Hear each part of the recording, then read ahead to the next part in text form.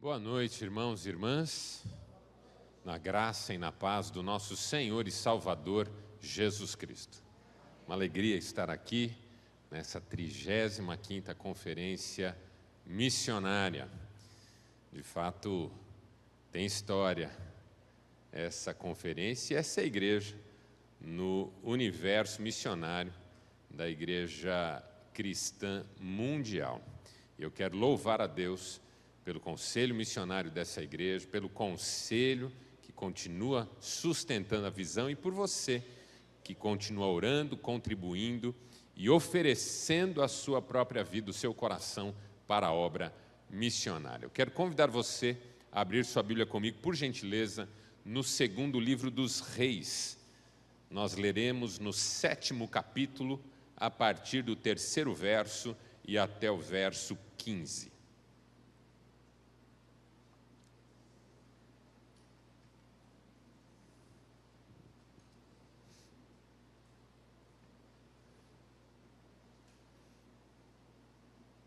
Segundo livro dos Reis, 7º capítulo, 3º verso, nós leremos até o 15.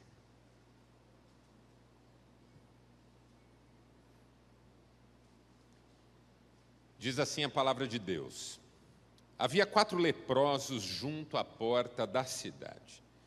Eles disseram uns aos outros: Por que ficar aqui esperando a morte? Se resolvermos entrar na cidade, morreremos de fome. Mas se ficarmos aqui, também morreremos. Vamos, pois, ao acampamento dos arameus para nos render. Se eles nos pouparem, viveremos. Se nos matarem, morreremos. Ao anoitecer, eles foram ao acampamento dos arameus, e quando chegaram às imediações do acampamento, não havia ninguém ali, pois o Senhor tinha feito os arameus ouvirem o ruído de um grande exército com cavalos e carros de guerra, de modo que disseram uns aos outros: Ouçam, o rei de Israel contratou os reis dos hititas e dos egípcios para nos atacar. Então, para salvar suas vidas, fugiram ao anoitecer, abandonando tendas, cavalos, jumentos, deixando o acampamento como estava.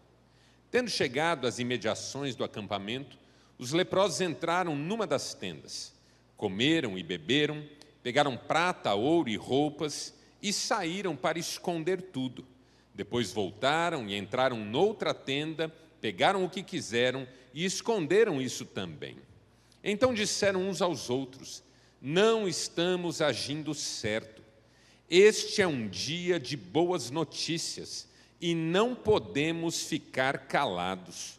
Se esperarmos até o amanhecer, seremos castigados. Vamos imediatamente contar tudo no palácio do rei.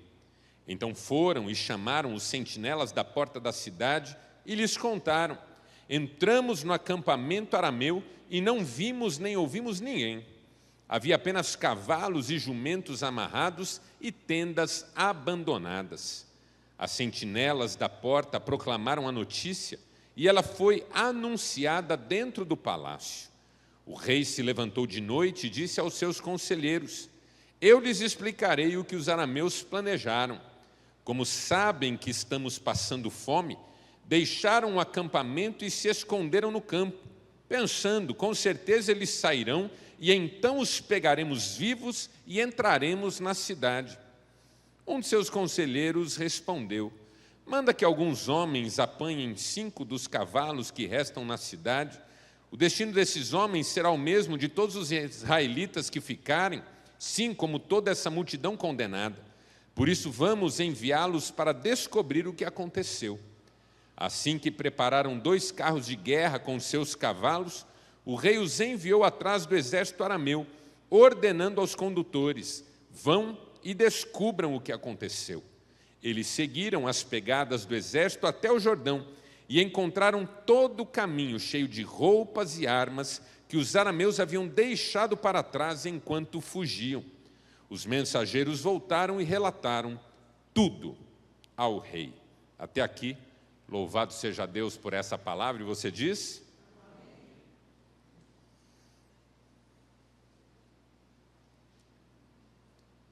O que é que você sabe? Já parou para pensar em quanto conhecimento você tem? Em quanto você já aprendeu ao longo da sua vida? Quantas informações estão armazenadas na sua mente, umas mais acessíveis, outras mais escondidas, às vezes precisam de um caminho mais longo até você poder encontrá-las, mas o fato é que o ser humano médio, normal, possui um conhecimento muito abrangente. Uma pesquisa feita há muitos anos na Europa chegou à conclusão de que um estudante universitário de um país desenvolvido no século XXI leu, até esse momento em que está na universidade, mais páginas, mais livros do que Agostinho leu a vida inteira. Tamanha a quantidade de conhecimento disponível, tamanha a facilidade de acesso.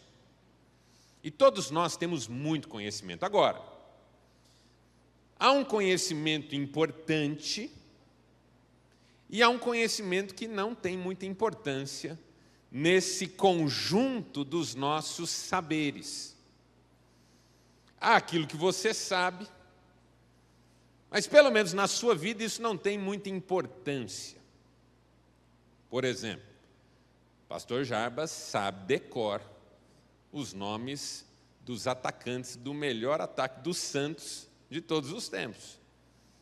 Dorval, Mengalvio, Coutinho, Pelé e Pepe. Para que isso serve? Para nada. Tem a menor importância. Há pessoas aqui que sabem resolver uma equação do segundo grau. Há pessoas que sabem sobre como vivem as formigas. Há pessoas que sabem sobre como acasalam determinados insetos. Só que a importância dessas informações é relativa. E há informações que são muito importantes sobre, por exemplo, que alimentos nós devemos ingerir, como cuidar da saúde, sobretudo em situação de enfermidade. Como é que a gente define se uma informação, se um conhecimento é importante? De um lado, ele precisa ser aplicável. É bom saber que um remédio cura determinado tipo de doença, porque se eu ficar doente desse quadro sintomático, eu vou poder usar esse remédio e vou ficar curado. Então, há uma aplicabilidade aqui. É bom saber usar um filtro de água. É bom você conhecer algo sobre culinária, porque em algum momento da sua trajetória você vai utilizar esse conhecimento. É um conhecimento aplicável. Mas uma outra forma de você entender a importância de um conhecimento é a sua ensinabilidade. Não apenas a aplicabilidade na vida, mas a ensinabilidade, ou seja, o quanto esse conhecimento precisa ser disseminado, a fim de que outros saibam. Porque há conhecimentos na nossa vida que não valem só para nós, valem para outras pessoas que precisam dele, sob pena de sofrerem desnecessariamente com algum tipo de sofrimento. Então, esse lugar onde um conhecimento pode valer para um outro, ainda que para mim ele não seja mais tão aplicável ou tão urgente, faz desse conhecimento um conhecimento essencial. Certamente há pessoas que ainda não sabem disso e precisam saber disso. Agora, vá acompanhando comigo o raciocínio, que você já vai entender onde eu quero chegar. Em que condições nós nos dispomos a compartilhar um conhecimento? Primeiro, quando ele não envolve nenhum tipo de perda pessoal. Então, por exemplo, se eu sei onde e quem está vendendo um terreno pela metade do preço do que ele de fato vale, talvez eu não conte para ninguém. Porque pode ser que eu perca a oportunidade de comprá-lo. Há um tipo de conhecimento que a gente não divulga. Eu me lembro de um sujeito que me procurou na igreja, bravo, e me contou a história. Ele viu uma casa para comprar, casa excelente, ótima, num condomínio fechado, o tamanho que ele precisava. E ele falou para o dono da casa: olha, eu só vou refletir com a minha esposa, vou orar sobre isso e em 2 dias eu te dou a resposta. O homem disse: em 2 dias você me der a resposta. Se você não der a resposta, eu vou vender para outro. Naquele mesmo dia à noite, ele foi visitar um amigo. Ele falou: rapaz, achei uma casa assim, assim, assado, um condomínio, o valor está bom, estou pensando em comprar. O amigo falou: não faça isso. Por quê? Aquele condomínio é uma porcaria, foi mal construído, a casa lá é terrível, você não vai gostar de morar lá, tem infiltração de todo jeito. Ele ficou tão desanimado que ele falou: vou dar mais uma procurada. E aí, nessa procura, passaram-se mais 2, 3 dias, não achou nada, falou: quer saber? Vou comprar aquela casa mesmo. Paciência, se tiver alguma coisa para fazer, eu faço, mas não achei casa tão boa quanto aquela. Foi falar com o proprietário falou: agora eu já vendi. Adivinha para quem? Adivinha quem foi o cretino, opa, não pode falar isso aqui, que comprou a casa em lugar do primeiro desejante. E aí tem um quadro, na verdade não é um quadro, é dessas peças decorativas que tem uma placa e um peixe que foi pescado por alguém e foi empalhado. E há uma frase, é comum achar esses adornos em lojas de inutilidades domésticas. Está lá o peixe, morto, com a bocona aberta, e a frase diz assim: se tivesse ficado de boca fechada, não tinha morrido. Se você tiver a ideia de que uma informação, um conhecimento, uma vez compartilhado, vai te gerar perda pessoal, provavelmente você não vai compartilhar. Segunda coisa, você não vai compartilhar um conhecimento se isso significar que você vai sofrer algum tipo de dor.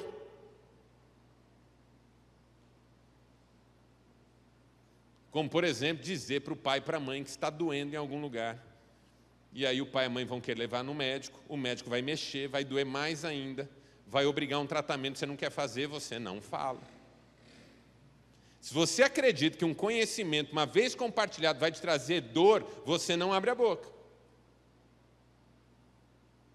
Você está lá, num trem,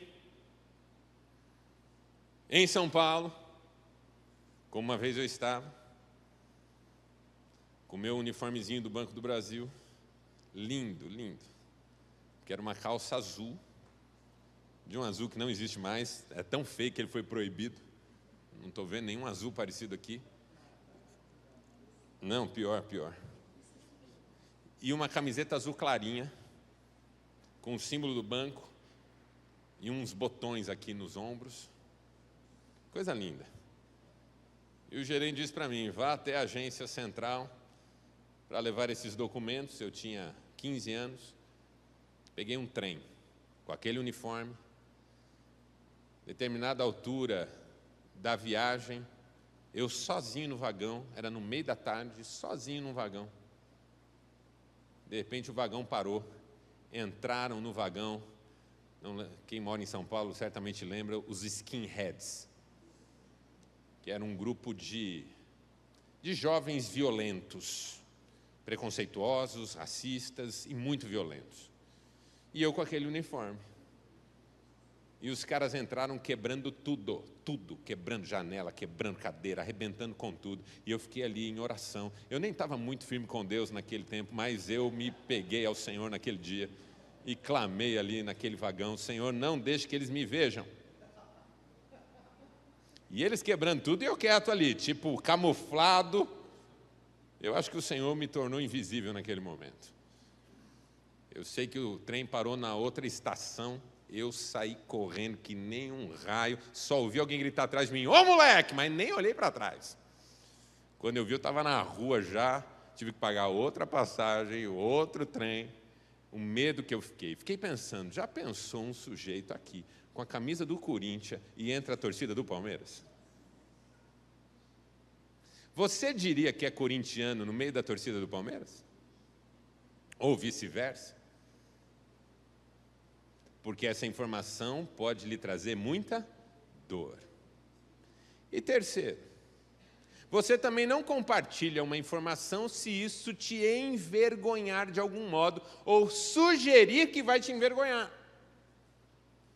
Por exemplo, eu vou falar, mas alguém vai me descaracterizar. Eu vou dizer, mas alguém vai me desautorizar. Então eu calo.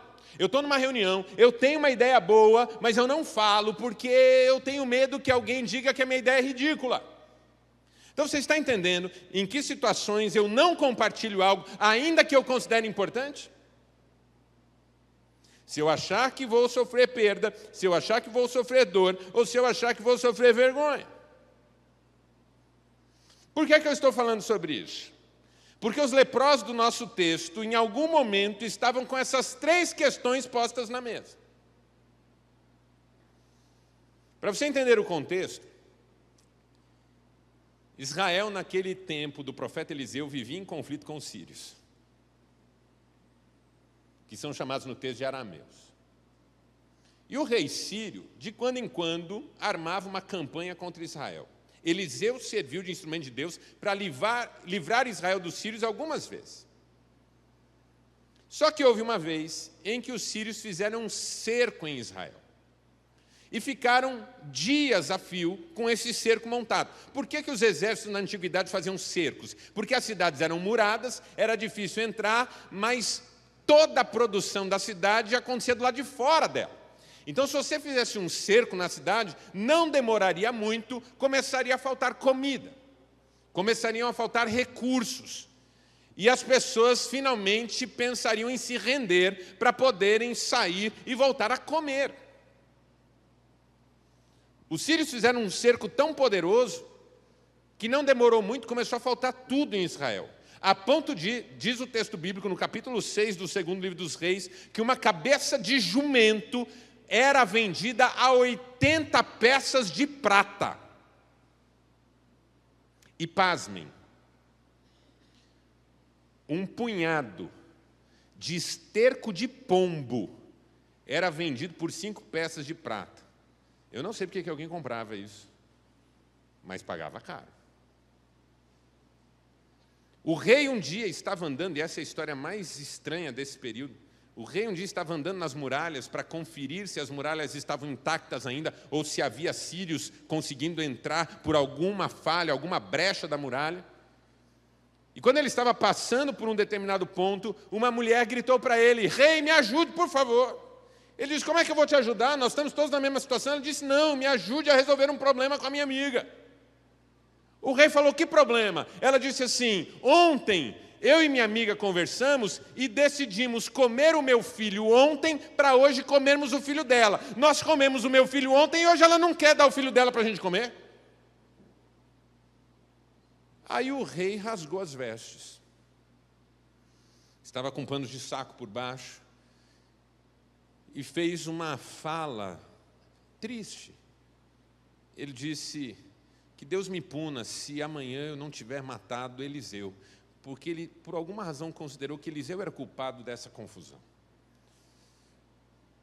O mensageiro vai até Eliseu, na sequência vai o rei, e Eliseu diz assim, não se preocupem, porque amanhã, a essa hora, estarão sendo vendidos pássaros e comida por 1 peça de prata. E todo mundo vai ter comida em abundância. O sujeito que estava junto com o rei falou assim, que absurdo, isso não tem a menor chance de acontecer. Eliseu disse, vai acontecer e você não vai participar. Vai ter comida de sobra, barata, amanhã, mas você não vai comer. Enquanto isso, lá no cerco dos sírios, acontece um fenômeno. Eles são tomados numa espécie de alucinação coletiva. E o texto diz que foi Deus quem fez isso. Deus colocou os sírios em alucinação coletiva. Eles começaram a ouvir barulhos de carros e cavalos, som de soldados e exércitos, e eles entraram em desespero. E disseram, certamente o rei de Israel contratou exércitos estrangeiros para virem nos vencer. E aí o medo toma conta deles. E eles saem em retirada, deixando tudo lá, tudo. Então, de um lado, você tem Eliseu dizendo, amanhã essa hora tem comida barata aqui. E de outro lado, você tem Deus fazendo um tumulto no acampamento dos arameus. A ponto dos arameus saírem todos em retirada e deixarem tudo ali à disposição. Só que até aí, ninguém sabe de nada. Olha que coisa curiosa. Eliseu faz uma palavra profética, amanhã essa hora vai ter comida aqui, Deus vai fazer um milagre. Eliseu não conta que milagre será, provavelmente nem ele sabia o que Deus estava fazendo ou ia fazer. E Deus estava fazendo um arraso no arraial dos arameus. Lá está vazio e o povo está preso dentro da cidade. Olha que cena curiosa. Não tem mais exército acampado, mas o povo continua fechado dentro da cidade com medo dos exércitos. Algo aconteceu. É essencial e importante, só que ninguém sabe. Enquanto isso, tem uns leprosos na porta da cidade. Por quê? Porque eles não podiam entrar na cidade. Eram leprosos. A lepra era considerada não só uma doença que contaminava, de contágio, mas também uma impureza do ponto de vista cerimonial e religioso. Então os leprosos eram proibidos de conviver com os demais. Ficavam à porta da cidade, em lugares separados. Um deles pensa assim, vamos até o acampamento dos arameus. Se a gente tentar entrar na cidade, vai morrer como todo mundo lá dentro vai morrer, porque não tem comida. Se a gente ficar aqui na porta, vai morrer também. Aí um deles diz, perdido por perdido, truco. Não foi bem isso que ele disse, mas... Vamos lá. Vamos dar essa cartada. Vamos tentar um golpe de sorte. Vamos até o arraial dos arameus. Quem sabe eles nos deixam viver e ainda nos dão comida. Quando eles chegam lá, qual não é a surpresa? Está tudo vazio. Mas assim, imagina um mundo que todo mundo desaparece, sobram 4 crianças e elas vão até uma loja de doce. Imagina seu filho numa loja de doce, de brinquedo, sem adulto, sumiu todo mundo. A festa que ele não vai fazer, foi o que os leprosos fizeram, uma festa. Pegaram tudo, enterraram, esconderam, vão buscar mais, enterraram, esconderam. De repente, um diz assim para o outro, não está certo o que nós estamos fazendo aqui. Nós sabemos de algo que ninguém mais sabe. E nós precisamos compartilhar. Naquele momento, compartilhar o que eles sabiam envolvia perda? Sim, por quê? Porque se eles não compartilhassem, todo o despojo era deles. Envolvia dor, sim, porque entrar na cidade, até chegar à presença do rei, poderia significar espancamento, humilhação, empurrões, porque eles eram leprosos, não podiam transitar assim, livre e tranquilamente entre os outros.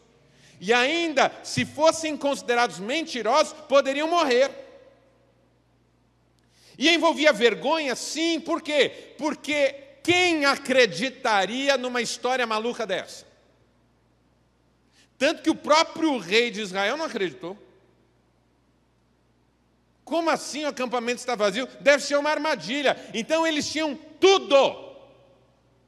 Irmãos, prestem atenção no que eu estou dizendo aqui. Eles tinham tudo para não compartilhar o que sabiam. Só que compartilharam. Por 5 razões que eu vou só pontuar para você rapidamente. Primeiro, diga, profunda experiência pessoal. Quando é que você compartilha algo que pode te trazer perda, dor e vergonha? Quando a sua experiência pessoal é poderosa, impactante e fez toda a diferença na sua vida. Alguém que viveu algo extraordinário, maravilhoso, sem precedentes, não consegue se calar, ainda que corra o risco da perda, da dor e da vergonha. Aqueles homens, leprosos que eram, entraram num acampamento e foram surpreendidos por uma verdade espetacular. Deus fez um milagre aqui. Um dia uma mulher se aproximou de Jesus para tocar-lhe as vestes, porque pensava, se eu tão somente tocá-lo, ficarei curada do meu mal.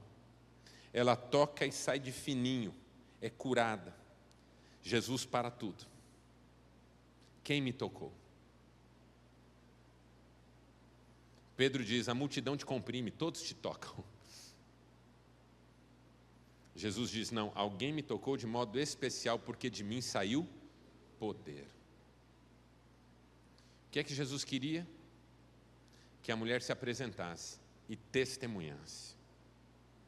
Porque o que tinha acontecido com ela tinha sido um milagre de Deus. E milagre sem testemunho continua sendo uma bênção na vida daquele que o recebeu, mas não glorifica a Deus. Aqueles leprosos testemunharam um milagre. Eles viram com os próprios olhos. O apóstolo Pedro, escrevendo à igreja, diz, nós vimos. João, escrevendo à igreja, diz, nós somos testemunhas desses fatos. Paulo, escrevendo à igreja, diz, eu vi o Senhor, como alguém nascido fora de tempo, mas eu vi o Senhor. Tem coisas que acontecem na nossa vida que são tão impressionantes, tão poderosas, que não importa o que vão fazer conosco, nós não conseguimos segurá-las para nós. Então a primeira pergunta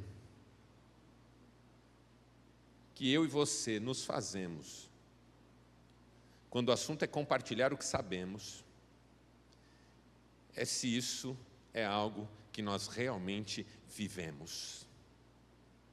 Porque se não se tratar da nossa vida, não vai ser o nosso tema e nem o nosso testemunho.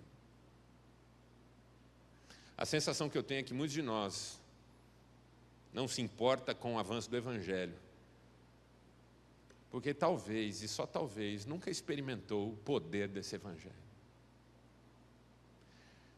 Porque quem alguma vez já experimentou o poder do Evangelho, dali por diante, quer que o mundo inteiro seja transformado por ele. O apóstolo Paulo estava preso diante do rei Agripa, correntes nas mãos e nos pés, e começa a evangelizar o rei. O rei olha para ele e diz assim, você pensa que em tão pouco tempo pode me tornar um cristão? Paulo, com correntes nas mãos e nos pés, diz assim, quem me dera, não somente o Senhor, mas o mundo inteiro estivesse na mesma condição que eu, exceto por essas correntes. Isso é extraordinário. Eu queria que vocês conhecessem o que eu conheço, sem precisar passar pela aprovação que eu passo. Para Paulo, pregar o Evangelho era perda, era dor e era vergonha. Mas a sua experiência pessoal fazia valer a pena. Primeira pergunta que eu faço para você. A sua experiência com Deus é real? Segundo, Diga, profunda consciência moral. Para você pagar o preço da vergonha, da dor e da perda, você precisa ter muita consciência moral, ou seja, calar sobre isso não é certo. E veja, os leprosos dizem isso, não é certo o que nós estamos fazendo, não é certo. Não é sobre perda, não é sobre dor, não é sobre vergonha, é sobre o que é certo, é sobre justiça, é sobre o lugar em que nós estamos na história, em que Deus nos colocou. Uma história de missões que me impactou há muitos anos foi uma leitura de um livro a respeito da biografia de Hudson Taylor. Hudson Taylor, que foi missionário na China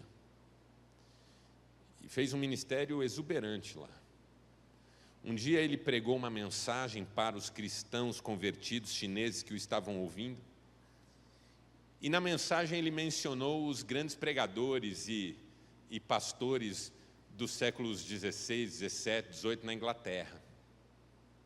E quando acabou o culto, um senhor, devia ter uns 80 anos de idade, foi cumprimentá-lo e falou assim: escuta, eu entendi direito, vocês têm o evangelho na Inglaterra desde o século XVI?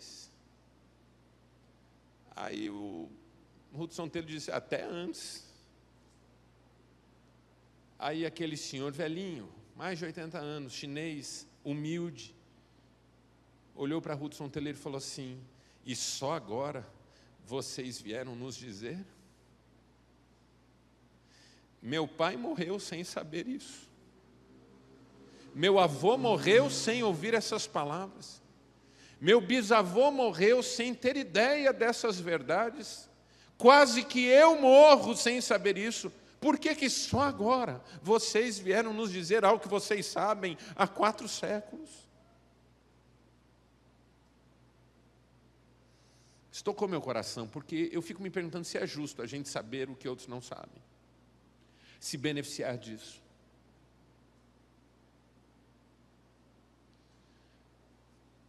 Nós temos tantas Bíblias, não temos, irmãos? No começo do meu ministério em Maringá, nós fizemos uma conferência missionária e recebemos um casal de missionários, Gunther Krieger e sua esposa Marta. E eles foram para fazer os momentos missionários, como o pastor Zé Roberto está nos abençoando aqui nessa conferência. E eles nos contaram que dedicaram a sua vida à tradução do Novo Testamento para a língua xerente. E ao final do testemunho eu perguntei, e essa Bíblia, como é que eu consigo uma versão? Porque eu tenho tantas Bíblias em casa, em tantas línguas diferentes, feitas tantos anos diferentes, Bíblias antigas, Bíblias novas, tenho uma pequena coleção. Eu falei, eu quero muito isso. Ele falou, não foi publicado. Eu falei, como não foi publicado? Ele falou, está pronta a tradução, mas nós não temos dinheiro para publicar. Está parado na Sociedade Bíblica. Eu falei, quanto dinheiro falta? Naquela época, nós estamos falando de 2006, faltava R$25 mil. Eu reuni o conselho missionário e falei, irmãos, não é justo. Nós temos inúmeras traduções da Bíblia, inúmeras. A gente escolhe qual Bíblia a gente quer ler. Eu vou pregar numa igreja, as pessoas me perguntam, qual versão o pastor vai usar? E eu tenho dezenas de versões para usar se eu quiser. Quando eu vou fazer os meus estudos, eu leio em várias versões diferentes. E de repente eu estava ouvindo ali que um povo inteiro não tem uma Bíblia na sua língua, nem o Novo Testamento. Nem o Novo Testamento. Aqui no Brasil você tem Novo Testamento em tudo que é hotel, em tudo que é hospital. Os gideões fazem esse trabalho. Meu pai foi gideão por mais de 20 anos, distribuiu nas cadeias o Novo Testamento. A gente tem Bíblia em profusão. A sensação que eu fui tomada é que não era justo a gente ter tanta Bíblia e um povo inteiro não ter uma Bíblia para ler. Eu falei, irmão, nós vamos pagar essa conta. Reuni o conselho missionário, o conselho da igreja, falei, irmão, nós vamos pagar essa conta. Pastor, é muito dinheiro. Eu falei, mas nós vamos pagar essa conta, Deus vai nos honrar. Fizemos um desafio missionário, o povo contribuiu, levantamos R$25 mil, era muito dinheiro na época. Quando fomos falar com a sociedade bíblica, a conta estava em 50. Eu voltei na igreja e falei, irmãos, está faltando mais 25. Ah, mas nós já demos 25. 25 não vai resolver. 25 não vai pôr a Bíblia na mão das pessoas. Mas, pastor, eu falei, vamos levantar os outros 25. Levantamos os outros 25. Pagamos a publicação da Bíblia. O Guinter e a Marta levaram a primeira Bíblia e entregaram para o cacique da aldeia. Ele abriu, aí explicaram para ele como é que lia aquilo lá, leram alguma coisa com ele, terminou, ele falou assim, Deus fala a nossa língua. Deus fala a nossa língua. Irmãos, não é justo, não é certo. A gente está aqui no acampamento dos arameus, comendo, bebendo, escondendo tesouro, enquanto tem gente que não sabe o que nós sabemos. Por isso, ser missionário é uma questão de consciência moral, porque não é certo. Aí você fala para uma pessoa assim, vamos pregar o evangelho onde o evangelho não é conhecido. Não, mas nós temos aqui, ó, tem aqui, ó. Eu sei que tem aqui, mas aqui tem televisão, aqui tem folheto, aqui tem tudo. Você acha que tem uma pessoa aqui em Marília que nunca ouviu do evangelho? Tem pessoas que nunca aceitaram o evangelho, mas dificilmente alguém que nunca ouviu nada. Pode existir? Pode, mas não é um povo inteiro. Agora, há lugares no mundo em que há povos inteiros que não têm a menor ideia do que eu e você conhecemos. Terceiro, diga, profunda empatia pelas pessoas. Porque assim, você tem que se importar. Você tem que se importar. Os leprosos tiveram que pensar em gente como aquela mulher que disse, comemos o meu filho ontem e hoje tínhamos que comer o filho dela. Cada dia que a gente passar aqui sem falar é um dia em que mais alguém morre lá. Você está entendendo o dilema dos leprosos? As pessoas estão sofrendo, morrendo sem isso. Nós não podemos esperar nem mais um dia.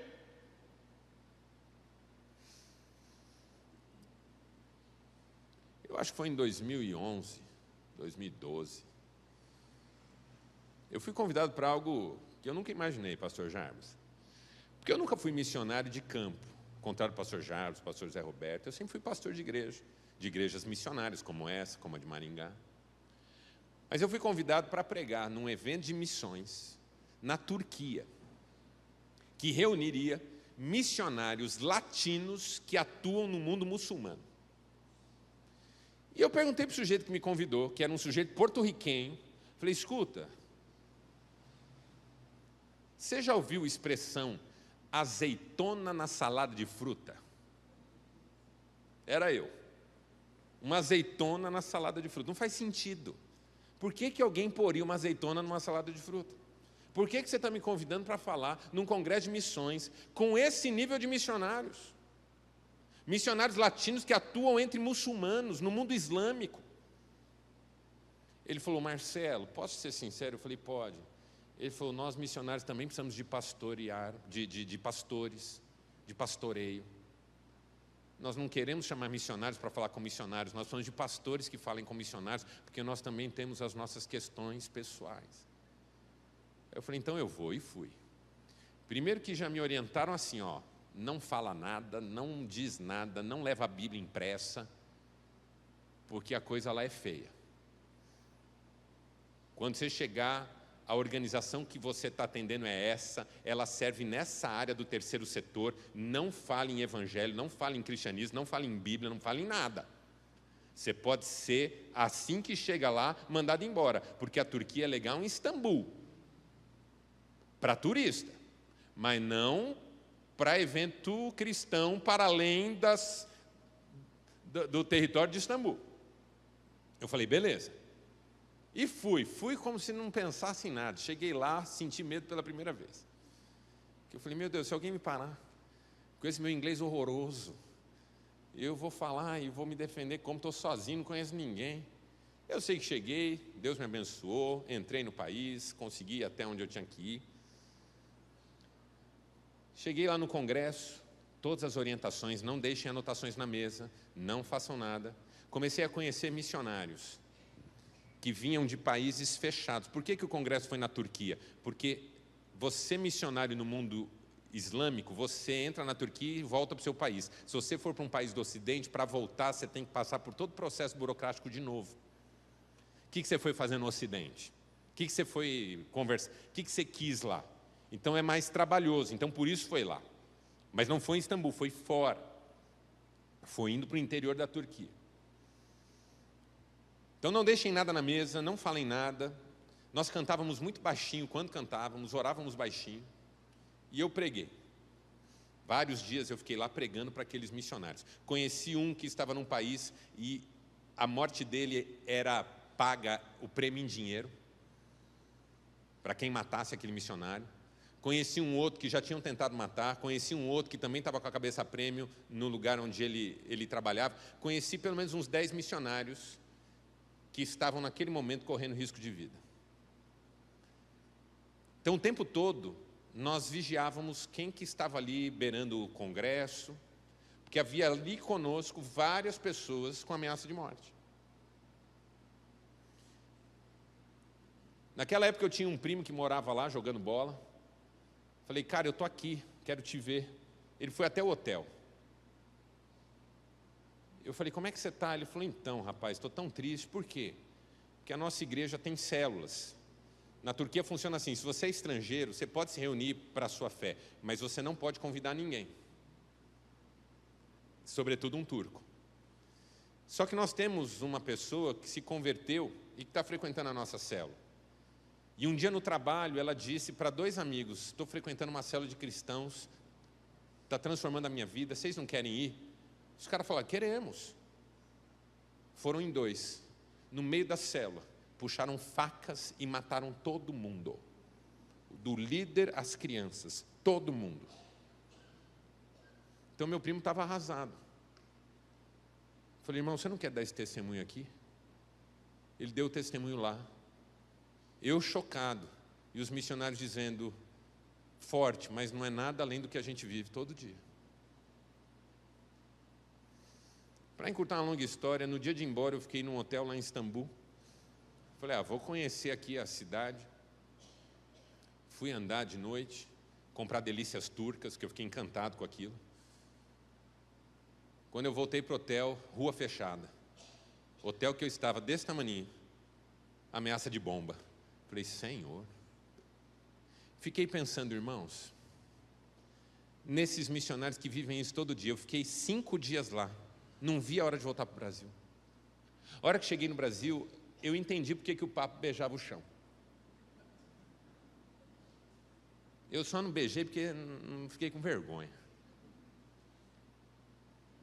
Fiquei pensando no preço que esses irmãos pagam. Por amor aos perdidos. E às vezes a gente não tem coragem de mandar um valor superior a uma pizza que a gente come aqui no final de semana, para que essas pessoas continuem pregando o evangelho nessas condições. Você entende o que eu estou falando? Quarto, diga, profunda convicção de verdade. Que essa é outra questão também. Se nós temos certeza absoluta de que a nossa mensagem é verdadeira. Você não paga um preço desse por uma mentira. Ninguém paga. Quando, na minha vida acadêmica, fazendo especializações, doutorado, eu fui confrontado por colegas que diziam assim, como é que você pode crer na Bíblia? Jesus não existiu, Jesus é uma invenção da primeira comunidade. Eu digo, rapaz, pense no que você está falando. É uma bobagem do mundo. Os textos antigos do Novo Testamento foram escritos na década de 50. Não dá tempo de você produzir um mito em 20 anos. Porque a geração que conheceu a figura não vai acreditar nas histórias inventadas sobre ela. Você precisa esperar 3, 4 gerações para que as mentiras forjadas comecem a ser perpetuadas como verdade. E na geração de Jesus, você tem gente como Paulo, que está disposto a perder tudo, como Pedro, que está disposto a morrer, como Tiago, que está disposto a morrer, como João, que está disposto a ser exilado por causa de uma história inventada. Vai estudar sociologia para ver se um mito se consolida em 20 anos. Vai estudar antropologia para ver se um mito é perpetuado quando a vida está ameaçada, se a pessoa sabe que aquilo é mentira.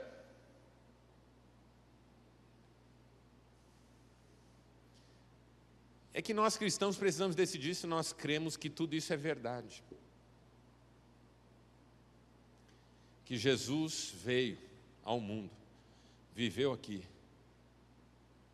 morreu numa cruz em nosso lugar, pagando o preço dos nossos pecados, ressuscitou ao terceiro dia e está sentado à destra de Deus Pai, de onde virá para julgar vivos e mortos. Eu creio que isso é verdade. Eu creio que um dia, se for da vontade do agrado de Deus, nós ouviremos um soar de trombeta tão poderoso que sairemos às ruas para olhar e o céu estará abarrotado de anjos.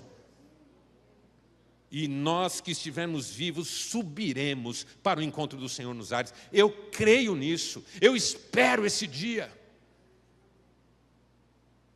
E enquanto ele não chega, eu falo sobre isso, para que aqueles que não sabem que esse dia virá possam se preparar. Calbart escreveu um texto lindíssimo que ele diz assim: é como se um rei estivesse vindo, veja, um rei, e ele está vindo para a guerra, note bem, uma guerra, e ele está com exércitos gigantescos, muitos exércitos, milhares e milhões de soldados, e ele está vindo contra uma cidade pequena, e essa cidade pequena não tem nenhuma chance contra esse rei, e esse rei vem para invadi-la, e de repente um mensageiro sai adiante desse exército para ir até essa cidade, veja, um mensageiro, e ele vai até a cidade para dizer a ela: um rei está vindo, rendam-se antes que seja tarde.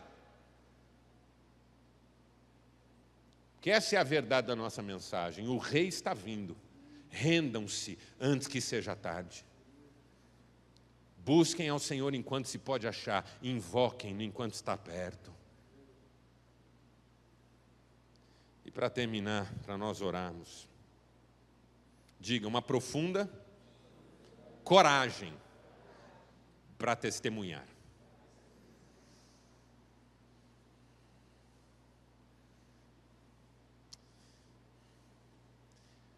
C.S. Lewis escreveu que sem coragem nenhuma outra virtude subsiste senão por acidente. Viver exige coragem, testemunhar muito mais. Pense naqueles leprosos.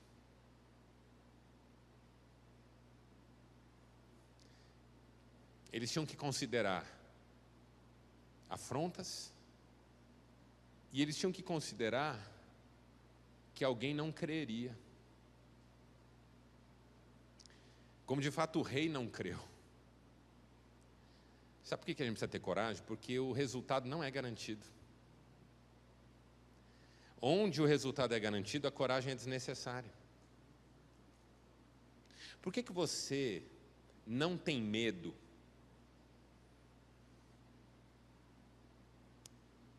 de aferir pressão? Que em tese é garantido que não vai doer. Agora, injeção. Por que você tem medo de tomar injeção? Porque por mais que alguém diga não vai doer, você acredita que vai.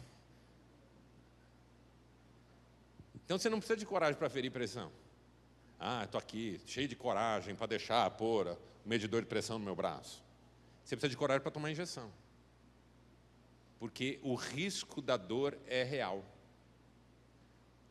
Quando o risco da dor é real, quando o risco da perda é real, quando o risco da vergonha é real, só com coragem você faz o que precisa ser feito. Irmãos, eu não vim aqui para dizer como é que funciona a obra missionária, porque eu não sou missionário de campo. É que eu creio, como Calbart escreveu, que não há como ser um filho de Deus sem ser um missionário. E Charles Spurgeon escreveu que todo cristão ou é um missionário ou é um impostor. Você entendeu a força dessa frase? Todo cristão ou é um missionário ou é um impostor. Eu vim aqui na condição de pastor, de crente, que ama a obra missionária, desde que conheceu o desafio missionário pela primeira vez, nessa igreja aqui, ó, sentado ali. E o meu chamado pastoral foi numa conferência missionária.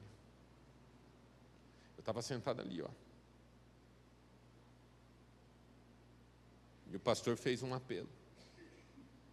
E minha mãe estava sentada aqui, ó. Ela abaixou para orar e falou: Senhor, o filho da fulana dá tanto trabalho, usa droga, está perdido, toca no coração dela, levanta ele para missões. Quando ela abriu o olho, estava eu e o Renê aqui na frente. Ela falou: Senhor, qual parte o senhor não entendeu? Meus filhos estão bem, um está na universidade, o outro está estudando, tem potencial para serem o que quiserem aqui. Foi nessa igreja que eu disse sim para Deus. Deus não me levou para o campo missionário, mas já me levou para pregar em 9 países diferentes.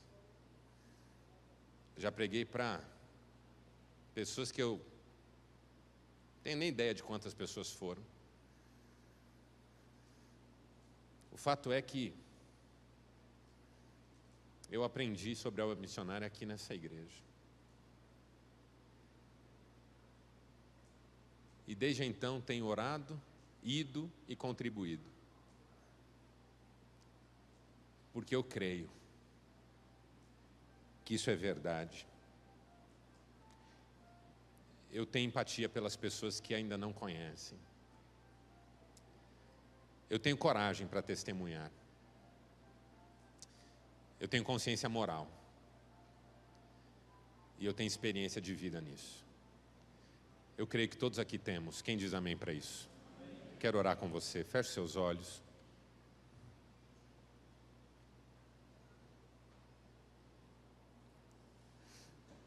Nós vamos orar. E nós oraremos 2 vezes.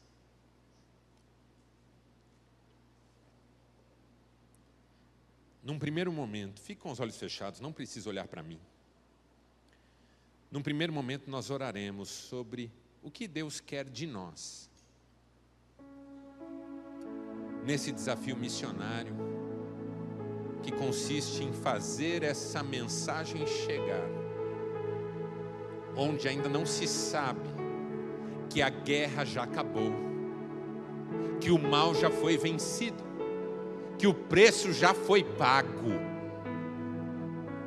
que o rei está voltando e que os nossos nomes podem ser escritos no livro da vida, pela fé, por graça.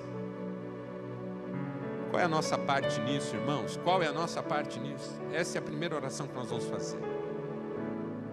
Depois dessa oração, fique com os olhos fechados, não olhe para mim, não olhe para ninguém, isso é um momento de reflexão. Depois dessa oração, nós vamos gastar alguns minutos olhando para esse compromisso missionário que todo ano nós fazemos, porque se trata de sustentar essas pessoas que estão na linha de frente, esses cristãos leprosos, aleluia, que já não ligam para a vida que poderiam viver nesse mundo. Para eles o viver é Cristo e o morrer é lucro, para que eles possam entrar na cidade e dizer: a guerra acabou, o nosso rei venceu, nós estamos livres e não precisamos mais viver trancafiados dentro desses muros de sofrimento e angústia e dor. E aí, depois que nós preenchermos esse compromisso, nós vamos orar de novo, consagrando isso a Deus. É o começo de uma nova etapa na nossa vida missionária. Servir ao Senhor com parte do muito que Ele tem nos dado, mas que seja uma parte significativa. Porque não é justo que a gente tenha tanto, enquanto outros não têm nada. E o assunto não são bens materiais, é o Evangelho, a boa notícia da nossa salvação. Pai, obrigado pela Tua palavra. que do início ao fim é missionária. Desde a criação. Quando se diz, façamos o homem à nossa imagem e semelhança, domine ele sobre tudo. Tem obra missionária aqui. Difundir a glória de Deus em toda a criação.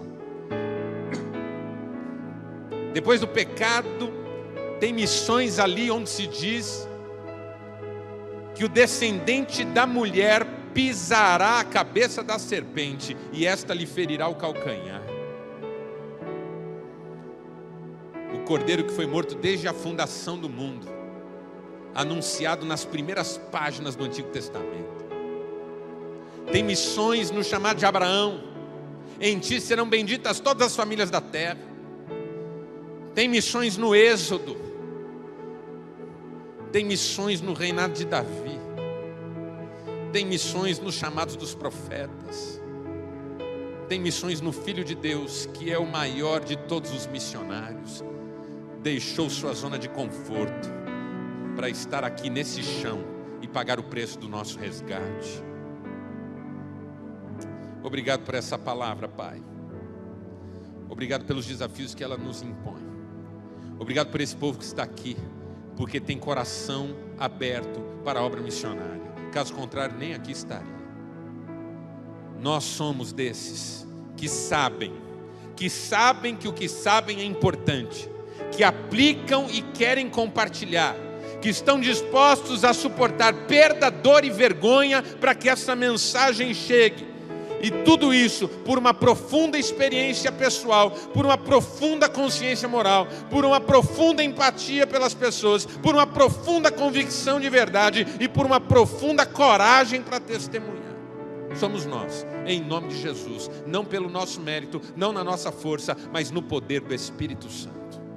Então agora, Pai, revela o coração de cada um aqui. Qual a parte de cada um nisso? Com coragem, para assumir compromisso diante de Ti e diante dos irmãos que estão lá na linha de frente.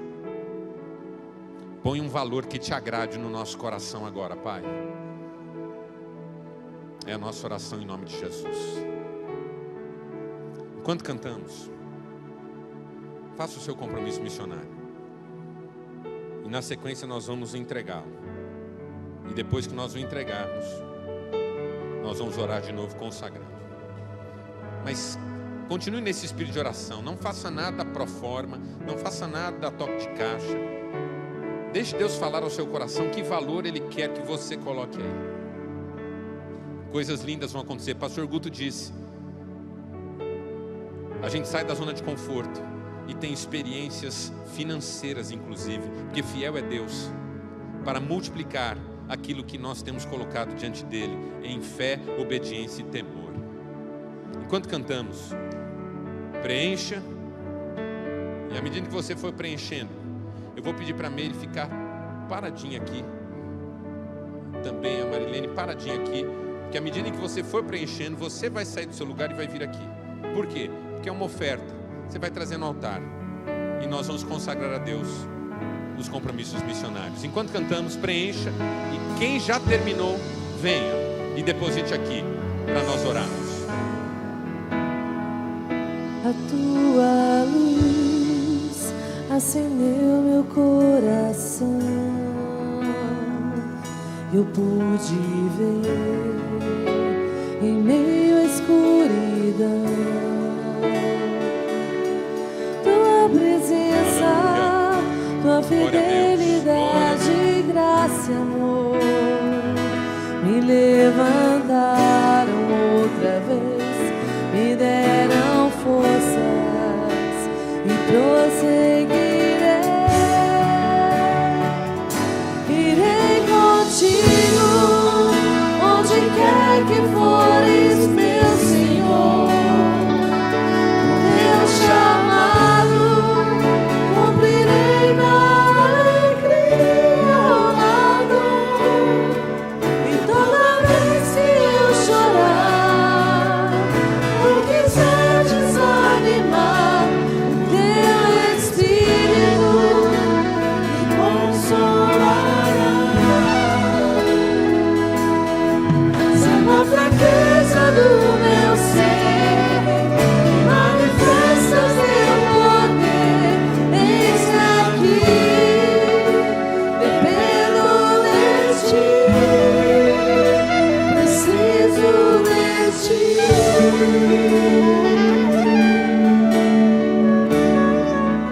Vamos ficar todos em pé. A tua luz Se você ainda não fez, acendeu meu coração. venha consagrar o compromisso diante de Eu Deus. pude ver em meio à escuridão tua presença, tua fidelidade, graça e amor me levantaram outra vez, me deram forças e prosseguirei.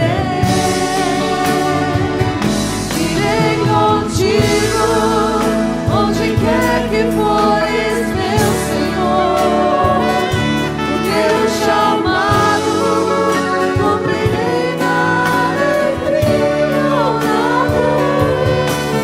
Toda vez que eu chorar ou quiser desanimar, o teu Espírito me consolará. Sai da fraqueza do meu ser, manifestas teu poder. Eis aqui,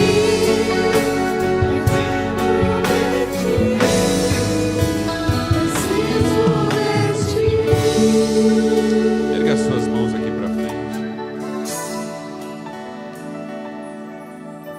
Primeiro, Pai, nós consagramos a Ti esses compromissos, sementes de frutos que virão, para a glória do nome de Jesus. Sírios, israelenses, iranianos, iraquianos, palestinos, chineses, russos, ucranianos, franceses, portugueses, espanhóis, noruegueses, americanos, brasileiros, argentinos, sul-africanos, moçambicanos, egípcios, camaroneses. Todo joelho se dobrará e toda língua confessará que Jesus Cristo é o Senhor. Esses compromissos são sementes de frutos que estarão naquele dia, do qual se diz multidões, milhares e milhões de milhões, com vestes brancas e palmas nas mãos, cantando: digno é o Cordeiro que foi morto de receber a honra, a glória, o louvor e a adoração, porque com seu sangue comprou gente de toda tribo, língua, povo e nação, e os constituiu para serem reino e sacerdote de Deus. Esse compromisso é semente de frutos que virão, de pessoas que reconhecerão que Jesus Cristo é o Senhor. Agora, Pai, também te peço que abençoes cada um que fez o seu compromisso, porque é pela fé e é independência de Ti, como está escrito aqui, dependendo de Ti. Se o Senhor não der, nós não temos, mas se o Senhor dá, nós usamos para o Teu serviço.